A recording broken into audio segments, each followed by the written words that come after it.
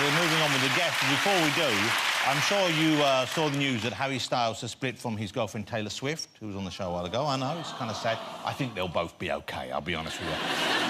But anyway, it's good to see that he's been keeping busy because he's gone out and got some new tattoos, OK? Now, you might have seen before, he already had the birds on his chest, right there, and he had the words might as well. He had the initials for London, LA and New York. There you go. But now he's added to that, he's added 99p, an iced gem, and the word Pingu. I don't think Harry knows he can just buy a pen and write things down on a pad. I don't think he's figured that out. I know some of the guys in Biffy, Clyro have tattoos. Micky, have you got any tattoos? Yeah. What you got? I've got my PIN number just under... It's just under my ball bag. Oh, well, that's nice. That's nice. For safety's sake. Paloma, I know you've got a couple. I saw them beforehand. Yeah. I know you've got a couple of birds on your back. They're rather beautiful. Look, they're really lovely tattoos there. I've got 4. Have you? Which are the other 2? There's birds flying sort of up from round where my arse crack Oh, I is. see. They flying down and in, or they flying up and out? They're escaping out of horror. Jamie, have you got any tattoos, sir? Oh, no, man, I'm clean. No, too. Well, you say clean as if having them is somehow dirty and wrong. No, I'm just clean. Everything, everything's shaved. It's just clean. Wow. Yeah. Just everything's... Wow. Makes it look bigger, I guess. OK, before we get my next guest out, ladies and gentlemen, I'm thrilled she's here. She's just been nominated for 2 Brits this week. She's one of our biggest talents. Have a look at her in action. Look at this. Tell me, please, is this worth it? I deserve it, 'cause she's gone. And I'm picking up the pieces. I watch you cry, but you don't see that I'm the one by your side. 'Cause she's gone. In her shadow, is it me you see? 'Cause all that's left is you and I. And I'm picking up the pieces she left behind. It's a great song. She's a wonderful performer. Will you please welcome the unique Paloma Faith?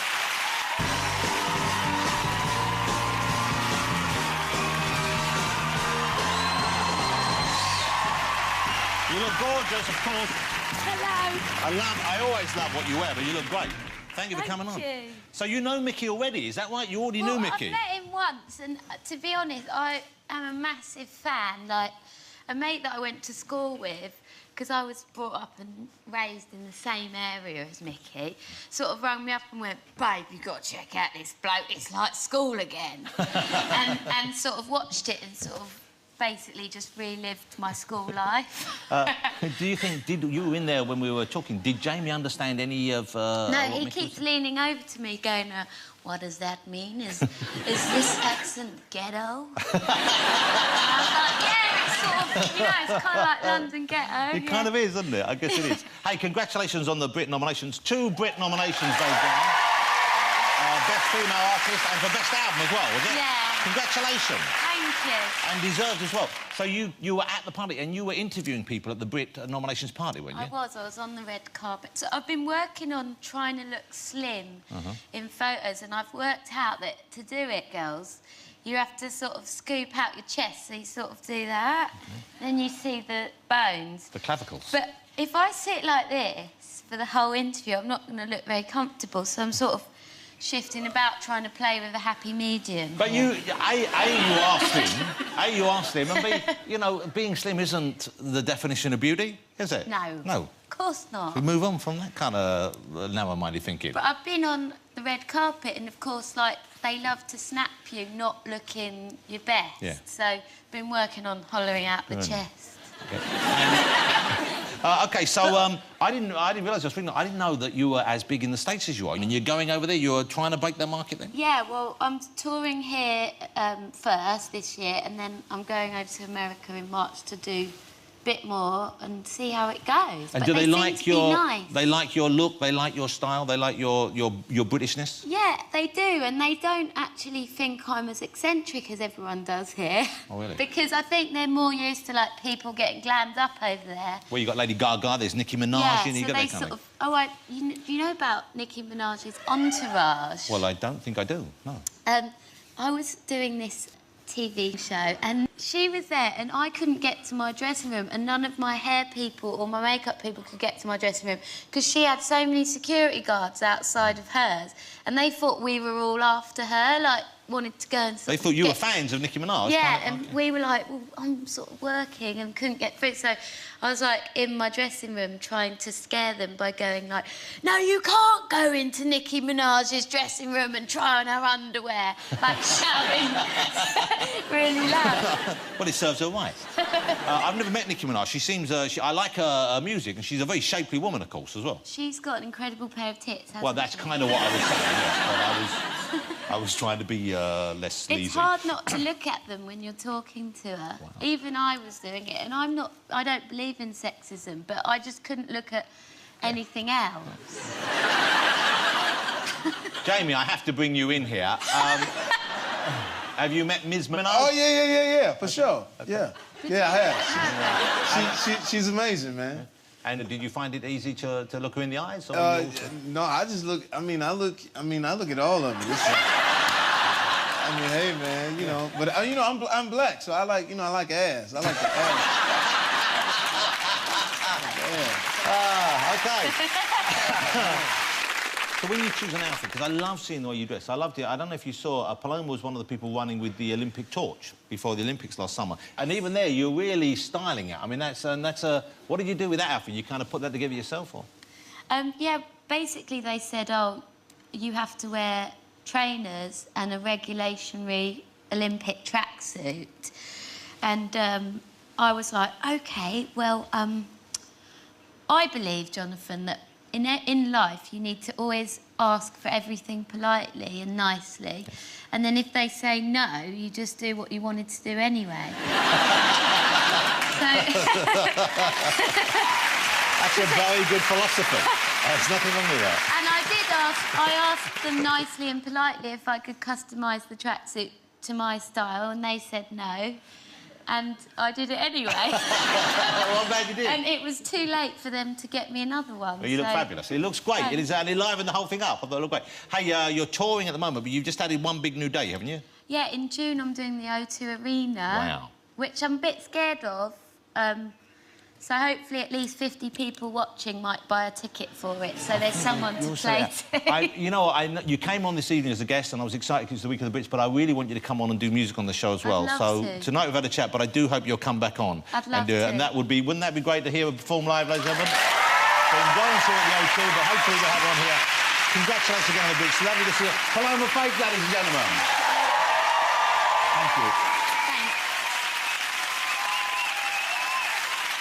The new movie from Quentin Tarantino. He's here to tell us all about it. Mr. Jamie Foxx, ladies and gentlemen.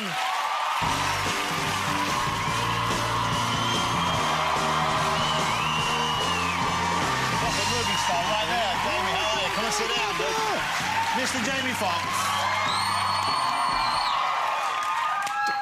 Well, it's great to have you back on the show. It's lovely to see you. Nice, man. I get the feeling that you enjoy, obviously, you're respected as an actor, at the same time, you're a movie star.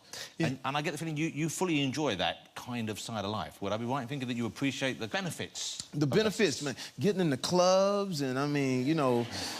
Let me ask you this. Restaurants and I think I know the answer girls to this, but let me ask you this. Where did you spend New Year's Eve? Well, you know what? Oh, yeah, you're talking about, like, this past This is the benefits of being a superstar. Yeah, I got a friend, you know, he got some money. And he flew me, Leonardo DiCaprio, Jonah Hill, and some other cats, and we flew to Australia, right? And we did the countdown in Australia. G'day, Mike. How are you, Mike? Jamie, g'day, Mike. So we did the countdown in Australia, then jumped back on a plane, and then did the countdown in Vegas. That's crazy. So he had... Yeah. That's how famous he is. He had 2 New Year's Eve. Yeah, that's how successful crazy. you are now. That was Two nuts. New Year's Eve. Yeah. That's incredible. But when I got to Vegas, for some reason, they wouldn't let me in the club. It was crazy. Why not? I don't know. It was like, you know how things are going too good for you, and somebody just... They actually stopped you from going in the club? would not let me in the club. No, when you see ID, I was like, really? And people was like, oh, man, Ray Charles can't get in the club. It's crazy. So, so I imagine you went back alone to the hotel room and just went to have a quiet night? We figured it out, man. You know, we went in. I had my daughter with me. She was 18, so, you know, that was another thing to me. She was like, yo, you messing up my New Year's. So we actually had to, like... she went off on me in front of her friends. Like, you flying around with Leonardo DiCaprio and screwed up my New Year's. You better make it right. And it was like 11:45. So I was like, shit. And, all the security guards looked at me. I said, man, where can we go? And so we went to this one area. And the dude said, no, he said, well, I'll take you to the pool. We can watch the fireworks at the pool. So we run to the pool. No, Dad, it's all screwed up. I knew you were going to, you and your Hollywood friends, you messed it up. I'll see you in therapy, Dad. That type of thing, right? So now it's 11:50. We get to the pool and hey, where are you going? Where are you going? I said, well, we want to watch the fireworks. No, they gotta leave. So I didn't have enough, you know, push to get into the pool area. So they kicked Ray Charles out of the pool area. So then they said, the oldest security guard that was with us, just, hey, my wife works up at this club called Prestige, and they'll let you guys in. Wow. And it's 11:56. And she's going off. We're not gonna make it. We're not gonna make it. I knew it. You're gonna screw. So we get in the elevator, and it's packed. And then we finally get out, and it's like they're literally going 15, 14. Wow. And they opened up an area for us, and we got there, and we watched the fireworks, and it was cool. Wow. So Dad pulled it off at the end. Yeah.